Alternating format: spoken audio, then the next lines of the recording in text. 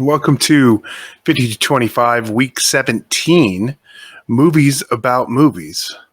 Now, I was extremely excited for this one because, as I mentioned last time, I love movies about movies. Anything that has to do with Hollywood or productions or really just, behind the scenes stuff or even fictional productions or just really anything that has to do with this the industry that makes this thing I love so much, which is movies. I was really hoping to be able to sink my teeth into this and really dig into a bunch of these movies, but I really only got to 3 of them, unfortunately. I wish I'd been able to get around to more, but this is where it lands. So without any further ado, I'm going to move into the first movie that I watched, which was Shadow of the Vampire. Now, this one, which came out in the year 2000, is one I've always been very aware of. And I'd always wanted to see, but it was actually a first-time watch. This is the one first-time watch for me from this list. And if you don't know what it's about, it's very interesting with F.W. Murnau, the director of Nosferatu. It's about him making that movie. And it is a fictional story, but it is about a real production, and it shows the links that an artist will go to produce the art that they want, no matter who they hurt or what happens on the way there. Now, I would not call this an indictment on artists at all. It's not to say that all artists will go to this link, or even that it's okay for them to go to this link. It's more just a depiction of the links that someone will go to make the art. And in Shadow of the Vampire, it has a bit of magical realism in it, which is something that I very much love. That in this movie, Max Schreck is an actual vampire. That's how he gets such an incredible vampire performance out of him. If you've never seen the original 1922 Nosferatu, number one, you should, because it's an important piece of cinematic history. But also, Max Schreck gives this incredible, otherworldly performance in that movie, and this movie explains that as well. It is otherworldly, as he is an actual vampire, and the director knows this. Murnau knows this, and is basically offered the cast and crew to this vampire as payment for being in his film. It's a film that I did enjoy quite a bit. I will say that if I had known less about it, I might have enjoyed it a lot more. And if I'd seen it back in 2000, I probably would have liked it a lot more. I think I've seen movies, not exactly like this, but that kind of hit the notes for me that this one would have back then. I've seen some of those since then, and I also just a bunch of stuff that I already knew about it. Kind of diminished the enjoyment for me just a little bit, but I did enjoy it. I think it's a really fascinating and interesting movie that really gets to the heart of that theme, which is the destructive, abusive relationships that can occur within the creation of art, or really anything. Any person is able to exploit other people for their own gains. It just happens in art a lot, and there are plenty of people who will justify those links to, well, it's something you got to do for the art. I am not one of those people. I will never be one of those people who says, well, it's justified for the art. I think that if you are not hurting anyone and you are going to links that may be unhealthy for you, then that is a choice, a personal choice, and I can understand that. If you are hurting people, your art is not worth it, and that's coming from a huge fan of the art of cinema. Yeah, so I did quite enjoy that movie. It does have an incredible performance, central performance from uh, uh, Willem Dafoe as Max Shrek, which who is absolutely the perfect choice. I don't know that this movie worked quite as well if you don't have somebody who can portray that character as well as Max Shrek or uh, Willem Dafoe. So that his performance definitely is a highlight for this. It's got a lot of people in it that I really love. Eddie Izzard, um, Carrie Elwes, John Malkovich. Just to, I'm sure there's others that I'm forgetting right now, but there's a lot of people in this that I really enjoy. So it made for an enjoyable experience, even if it wasn't quite to the heights that I had hoped it would be, or that it might have been on a different day watching it. But I'm going to move on to the next movie, which is Get Shorty by director Barry Sonnenfeld. And this is from 1995. Now, I did see this not in 1995. I think I saw it for the first time when it was like airing on network TV, which is weird considering how much cursing is in it. But I saw it for the first time there, and I loved it. It made me laugh out loud. I thought it was so funny, and so I watched it a few times since then. But I haven't seen it in probably about 20 years. So this was a revisit for me on this one. But it's funny because there is a scene that I always think about when I think about Get Shorty that I discovered on rewatch today is not in this film. I don't know what film that's in. Now I'm going to have to look for it forever now to try to figure it out. I've now started a journey of trying to figure out what movie I know the specific scene from. If I ever find it, I will let everyone know. I don't want to say it right now because this really feels like something I want to a journey I want to go on my own. But I will share the results of that if it ever comes to fruition. I really like this movie. I think it's very funny. There are some dated things in it. And it didn't hit me quite as well as it used to 20 years ago or 30 years ago now. But it does really hit a lot of those notes for me. Delroy Lindo is really great in this. John Travolta, I think, in one of his best performances. I really love his Chili Palmer. And one of the things I love most about Chili Palmer is how much Chili Palmer loves movies. Dude is a cinephile through and through. I love the conversations he gets to have with other people regarding movies in this film. There's a lot I really love about the character of Chili Palmer. And if you've ever seen this, Chili Palmer is a loan guy, works for Loan Shark, who or something like that, who is chasing down a guy who owes the money and ends up in LA, where he ends up in the company of one of the people who owes money to someone he works for, who is a film producer. And he decides, oh, why don't I start working in the film industry? And that's his goal there. And so it's a really funny movie that I think does hold up.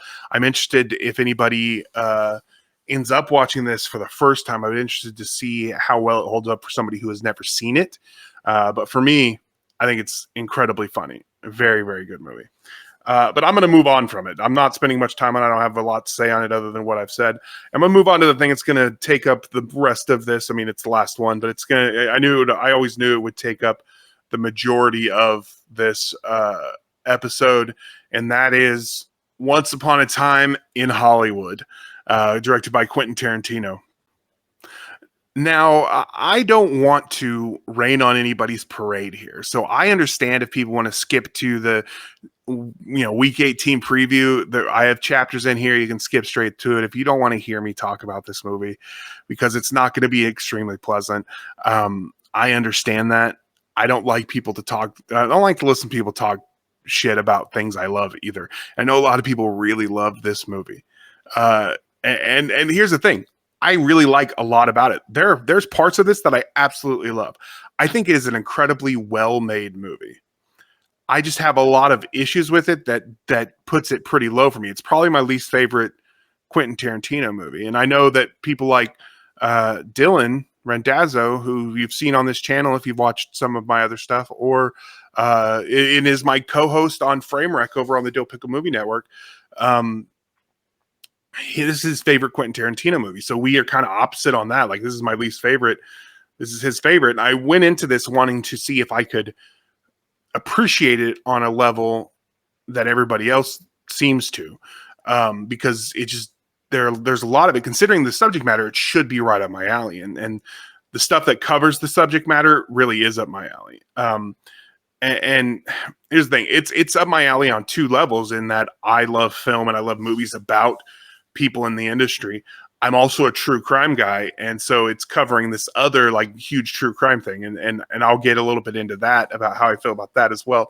But so based on the subjects in this, like, I should really love this. One of the things I really do love how they handle it. Another one I really don't. So I'm going to go and get into this, and I'm going to try to make it as quick as possible.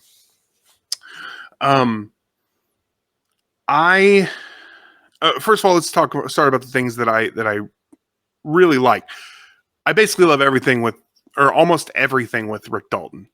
That his story is the movie for me. Like, if it was just his story, I would feel a lot better about this movie. I would love it. All of his stuff, the aging actor who's trying to do other things and trying to remain relevant and also improve himself with the works that he's taking and stuff like that whole story.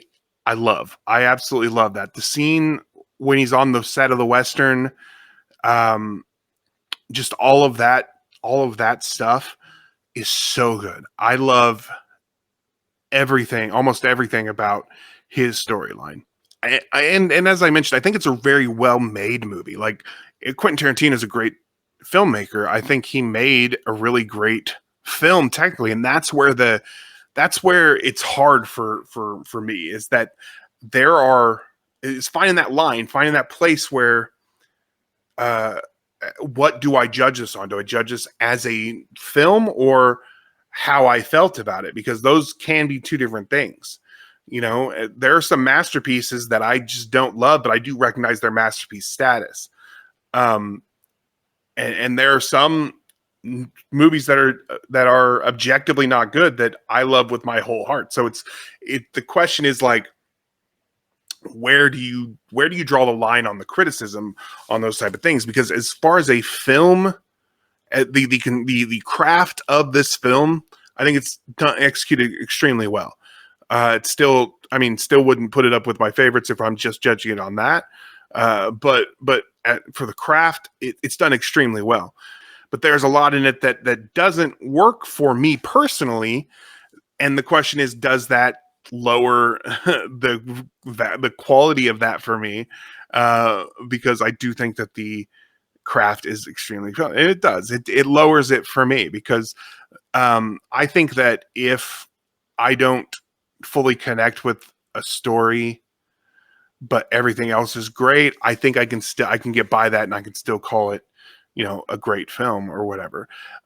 If I have problems with the way that things are depicted and the way that things are handled in a movie, even if it is very well made, that is kind of where it draws the line. It might be hard to see where the difference is there, but it is. There's some nuance there that really changes how I see these things. So let me just talk about the things that don't really work for me. First of all, I want to the big one, the big problem for me in this movie is Cliff Booth. I fucking hate Cliff Booth. And I know that a lot of people really love him. And Brad Pitt won an Oscar for it. Honestly, I don't see it. I don't think this is a particularly great performance. But it's also, that could be partially because I don't really care for the character. I think that there are some. He is charming in this role, and he does do some things that I don't hate, and that I enjoy seeing. But for the most part, I just don't think this is a good character. He, number one, definitely killed his wife, uh, and that is almost played for comedy in this movie, which is disturbing to me. Not necessarily that the gallows humor, because I love gallows humor. I love if we can laugh at something dark. I love it. Even if it is someone who murdered someone else, if we can laugh at it, just if it's handled correctly, we can laugh at it. The problem is that we're talking about a guy that we're supposed to find heroic who definitely killed his wife. And the movie doesn't definitely say that, but Quentin Tarantino has confirmed that he definitely killed his wife. Um, and that is a husband killing a wife, especially. I mean, there are a number of situations within Hollywood where that's happened. It's extremely serious, but I mean, women all over the world forever have been living and have to live with that fear that their husbands might one day kill them, because there are plenty of abusive, dangerous, violent people married to other people. And if a wife dies, the husband's always the person they look at because it is most likely. And I feel like that. I feel like I don't like that about him. I don't like the way that it's handled in the film, that it's handled kind of as a laugh. I don't like that at all. And it's kind of brushed away, uh, as though, as though it's fine. It's just something about this character. I don't like that. I don't like, and this is small, but I don't like that he tells his dog that if it whines again, he will throw his food in the trash. That's shitty. I love dogs, and I know he loves dogs, and I know he loves that dog. But it's just, when I saw that in the theater, I was like, oh, come on. Like that pissed me off. But that's a small minor thing. There's also the Bruce Lee stuff. I know that Bruce Lee's sister or daughter. I'm sorry. I read this a long time ago, and I probably should have looked up before saying it here. Had talked about that, like, I wish they would have, or like, I wish they wouldn't have treated Bruce in the same way that white Hollywood treated him back then. And that's really a big thing for me, is that, like, I don't like the way that the film depicts the character, even if he was an arrogant person in real life. The character assassination they do on him in this is insane. The fact that they make Cliff Booth, they basically insinuate that the final fight, that their fight doesn't have a definitive ending, but he definitely dents a car with Bruce Lee. Like, I don't like the way that's handled. I don't like the way that this character's this actor's legacy is being handled. Now, if he was a horrible person and they were trying to dishonor him, then that would be great. Then they would have done a really great job.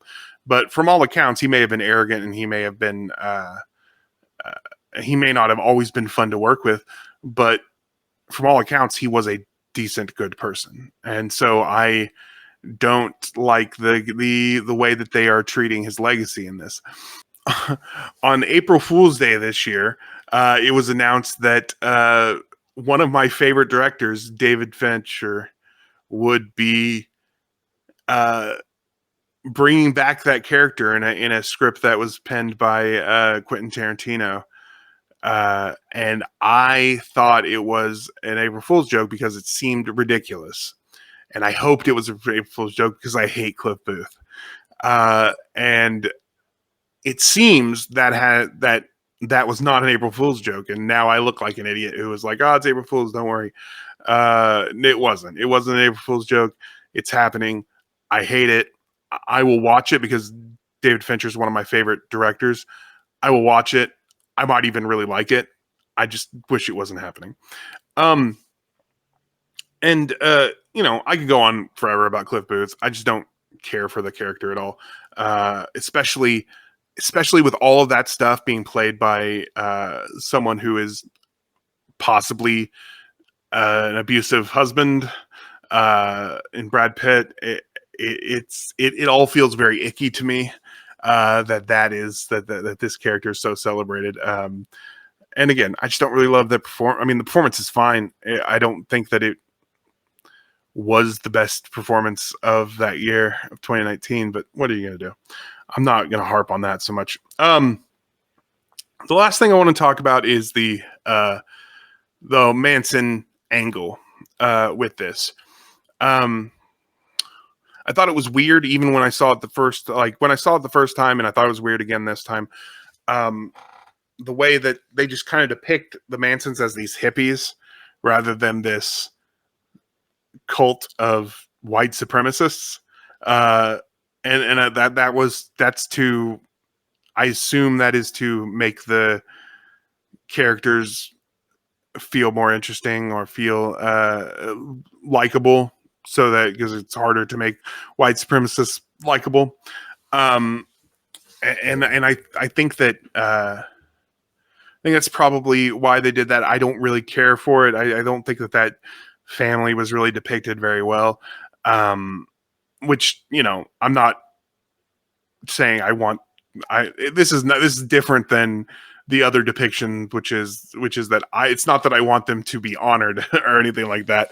But I do think that by making them just kind of hippies, you're really taking away the indictment on that family a lot, or kind of some of the issues with that family, really a lot. And I didn't dig that. It's not something that ruins the thing for me. I think some of those scenes there on Spawn Ranch are good, and I do enjoy them fairly well. I like them. But it's a weird choice to make for this, these people. I will also say that two more points on the Manson stuff. Sadie, who is played by Mikey Madison. Now, again, this does not ruin the film for me. But it is weird because, as I mentioned before, I'm a true crime person, and so I know quite a bit about the Manson murders, and Sadie G, Susan Atkins is her real name, saw Manson as a god. She has said that very clearly. She's very clearly said she saw Manson as a god. So the idea that she might entertain changing his plan just so they could kill a aging movie star, it does not hold water. That's ridiculous. Now, again, this is not the movies can change history. I've said before, I don't know why. I've always kind of been one of those people who is historical accuracy is a modern thing. I don't know why we care so much about historical accuracy. We're just trying to make a good movie. I get that. Just as a true crime person, the idea that Sadie would go along with an idea to go against Manson's wishes is ludicrous to me. But, the Mansons have been depicted very, very differently than they were in real life. So, it's just a different type of thing, but it does change the alternate history idea a little bit for me because, in Inglourious Bastards, which is also an alternate history movie, and my favorite, that one is my favorite Quentin Tarantino movie. And it's also kind of about movies. They do make a movie in that, and it's set in a movie house, or part of it is set in a movie house. There are plenty of things that could have put it on this list, and if I had more time, I would have watched it as well. So Inglourious Bastards is a a alternate history thing, but it's got all these fictional characters whose lives affect the history. Them being there changes the history. What you're doing here is you're changing the Manson family entirely. So these are real people that you are changing to change this history. So it doesn't work quite as well as an alternate history movie for me, just because it's not the fictional people who are changing the course. It is actual people. You had to change who they were entirely in order to make the alternate history happen. Which brings me to the last issue, which is the alternate history.